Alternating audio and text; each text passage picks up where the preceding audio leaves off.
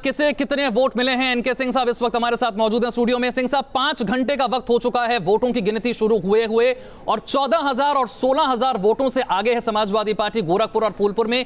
क्या यहां से आपको ये बदलता हुआ नजर आता है या ये ट्रेंड आगे चलता हुआ आपको नजर आ रहा है? देखिए, बदलता हुआ आएगा तो एक चमत्कार, ईश्वरीय चमत्कार कहा जाएगा। इतने घंटे के बाद जो मेरा 40-45 साल का एक्सपीरियंस है, मुझे आज तक याद नहीं है कि 5 घंटे के लगातार जो हो रहा है, करीब 3.5 घंटे से ये चेंज आया है रजिस्टर, इसके बाद से कोई रिवर्स हो ऐसा संभव होता नहीं है। फिर 8वां राउंड है, अभी कलेक्टर ने बताया कि 8वां राउंड है। इसका मतलब है कि मुश्किल से 7 राउंड और जाने हैं। टोटल करीब 13-14 राउंड होते हैं, ज़्यादा होता है तो हालांकि वो टर्निंग काफ़ी कम है, टर्नआउट कम है, इसलिए काउंटिंग भी काफ़ी कम होगी।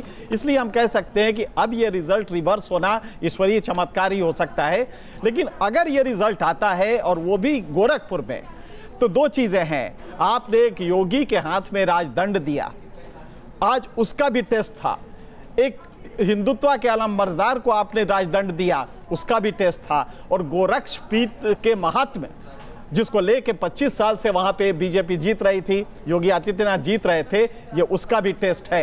तो मुझे लगता है कि ये वो मकाम है जहां के हम पॉलिटिकल एनालिस्ट को ये सोचना पड़ेगा कि क्या हिंदुत्व के फॉर्मेट को रेस्ट ऑफ सोसाइटी ने रिजेक्ट किया है, और अगर रिजेक्ट किया है तो ये देश भर में क्या ये मैसेज आ रहा है?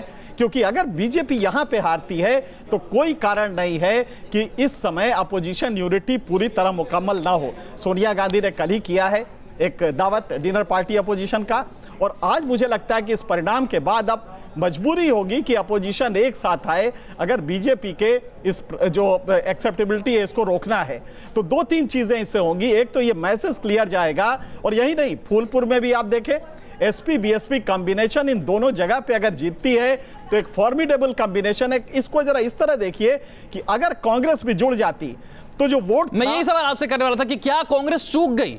बहुत बुरी तरह चुकी, और कांग्रेस हमेशा मौके पे चूक जा रही है। गुजरात के बाद राजीव गांधी जब अध्यक्ष बने तो ये लगा कि ऑर्गेनाइजेशनल स्ट्रक्चर डेवलप करने के लिए जगह जगह जाएंगे, लेकिन वो नाना क्या पहुंच गए, नानी को वो करने पहुंच गए, खुश करने के लिए इटली पहुंच गए। तो ये मेरे ख्याल से कांग्रेस का एक बड़ा ब्लंडर है जो कर रही है। यहां पे एक अपोजिशन यूनिटी का मैसेज देने के लिए उसे साथ में रहना चाहिए, इसलिए नहीं कि उसके 4,000 वोट हैं, इसलिए कि कांग्रेस जब किसी पॉलिटिकल फॉर्मेशन से जुड़ती है तो उस फॉर्मेशन का सेकुलर जो क्रेडेंशियल है वो जनता की नजरों में काफी लेकिन अच्छा क्या आप ये देखते हैं कि विपक्ष का एक स्मार्ट मूव है? बीएसपी देख रहे थे हम लोकसभा चुनाव में भी, विधानसभा चुनाव में भी वोट परसेंटेज अच्छा रहा लेकिन सीटों में कन्वर्ट नहीं हुआ, तो ये सोचा कि अगर साथ आ जाए तो वो परिणाम ला सकते हैं जो सोच रहे हैं। ये प्रयोग 1993 में भी हुआ था, और जब काशीराम और मुलायम सिंह मिले थे, और उस समय मुझे याद है कि काशीराम ने एक ही चीज कही थी, मेरा तो तेरे को 100% ट्रांसफर हो जाएगा, तेरा मुझे कितना मिलेगा, 15% भी मिलेगा नहीं, मुझे शक है, इसलिए सीटों का बंटवारे में बार्गेन न कर, और नहीं किया गया था। तो उस समय मुझे याद है कि ये जैसे ही फोर्सेस जुड़ती हैं तो बड़ा एक अंतर होता है, क्योंकि 2-2-4 नहीं होता।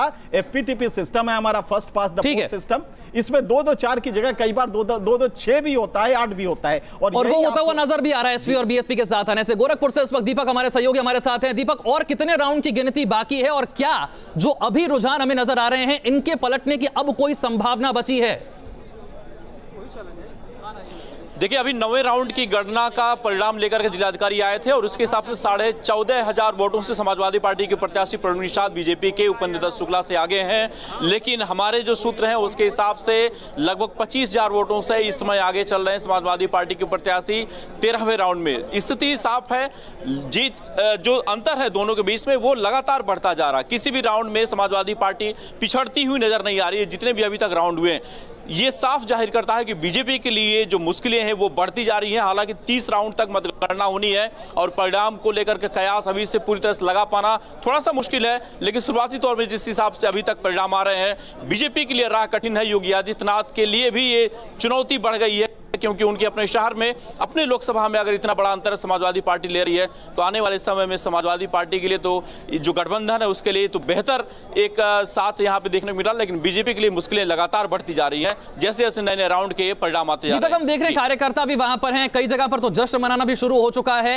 हालांकि बहुत कम दिन थे जब बीएसपी ने ये कहा कि हम सपोर्ट कर रहे हैं एसपी को, ये मैसेज लोगों तक नहीं पहुंच पाया था, ऐसा माना जा रहा था। उसके बावजूद एसपी के कैंडिडेट आगे हैं। सबसे बड़ा कारण क्या मानते हैं ये आगे होने का? क्या जो बीजेपी के वोटर हैं उनकी उदासीनता बीजेपी पर भारी पड़ गई, या फिर एसपी बीएसपी का साथ आना कुछ कमाल कर गया?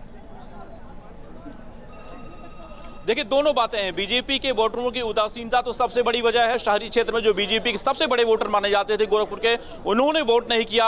और साथ ही ग्रामीण इलाकों में जो वोटिंग हुई, खासतौर पे पिपराइच की बात करें, कैंपियरगंज विधानसभा की बात करें या फिर शाहजहानाबाद, इन तीनों में समाजवादी पार्टी बेहतर कर रही है। और अभी तक जो परिणाम आए, इन तीनों विधानसभा में समाजवादी पार्टी सबसे ज्यादा वोटों से लीड कर रही है। तो एक जो साथ आया समाजवादी पार्टी और बहुजन समाज पार्टी का, वो निश्चित रूप से एक बड़ा मैसेज गया लोगों के बीच में। और एक कहें कि योगी आदित्यनाथ के 1 साल, साथ ही केंद्र सरकार के 4 सालों की उपलब्धि लेकर के जो बीजेपी लोगों के बीच में थी, वो लोगों को रास नहीं आई। बदलाव लोगों को अब लग रहा था कि अब योगी आदित्यनाथ स्वयं यहाँ पे प्रत्याशी नहीं है, चेहरा नहीं है, तो बदलाव होना चाहिए। और बदलाव की एक जो शुरुआत है वो दिख रही है। अभी तक के जितने राउंड आए हैं उसमें निश्चित रूप से लग रहा है कि जनता भी बदलाव चाहती थी और बदलाव अब देखने को मिल रहा है। जी एनके सिंह साहब, क्या कर गया ये बीजेपी के वोटरों की उदासीनता? जैसा कि दीपक भी बता रहे थे, वोट परसेंटेज बहुत कम रहा, तो क्या वो बीजेपी के वोटरों की उदासीनता है जो उस पर भारी पड़ रही है? वो जो वोटर बीजेपी को वोट दे रहे थे वो बाहर नहीं आए। ग्रामीण इलाकों में वोटर टर्नआउट कितना था, शहरी इलाकों में कितना था, ये तमाम चीजें कुल मिलाकर भारी पड़ रही हैं। शहरी इलाकों में टर्नआउट बहुत कम हुआ है विशाल, और ये बहुत स्पष्ट मैसेज है कि संघ ने पूरी तरह से इसमें काम नहीं किया। आमतौर पे ये माना जाता है कि अगर संघ के कार्यकर्ता पूरी तरह लग जाएं तो 10% टर्नआउट में इजाफा होता है, अगर पूरी तरह वो लग जाए। यहाँ पे जो घटा है इसका मतलब है कि वो संघ ने अपने को विड्रॉ कर लिया था। एक तो ये मैसेज है।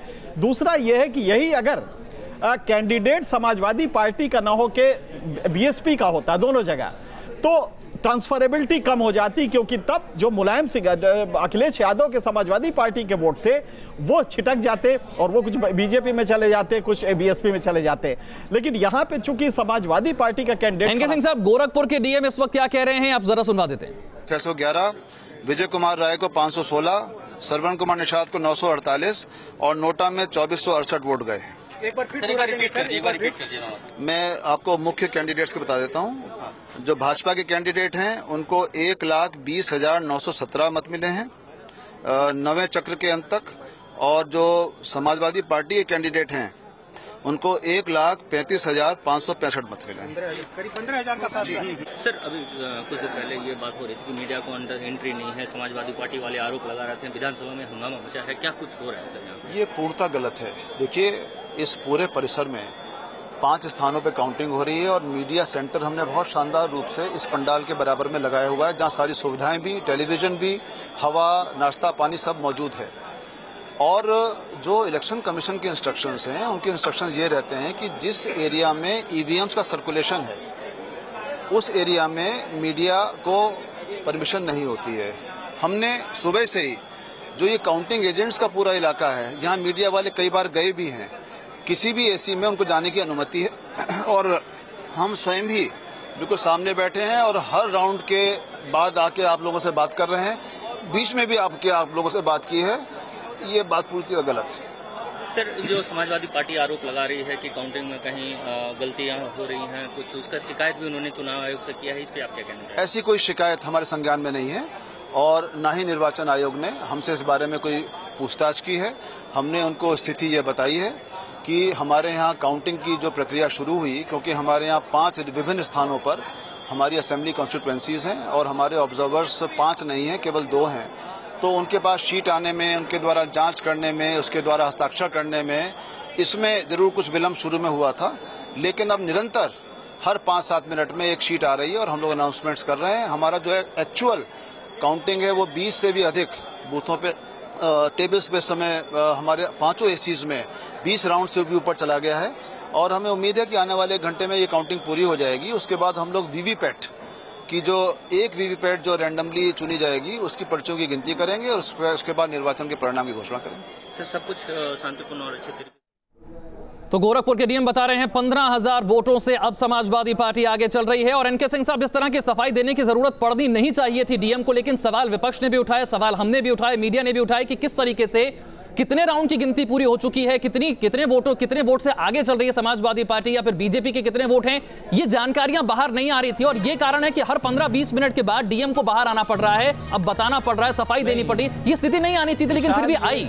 अनप्रेसिडेंटेड है। मैंने कम से कम अपनी जिंदगी में 10 इलेक्शन में मैं काउंटिंग सेंटर पे रहा हूं, स्वयं खड़ा रहा हूं, मॉनिटर करता रहा हूं, सुपरवाइज करता रहा हूं अपने रिपोर्टर्स को।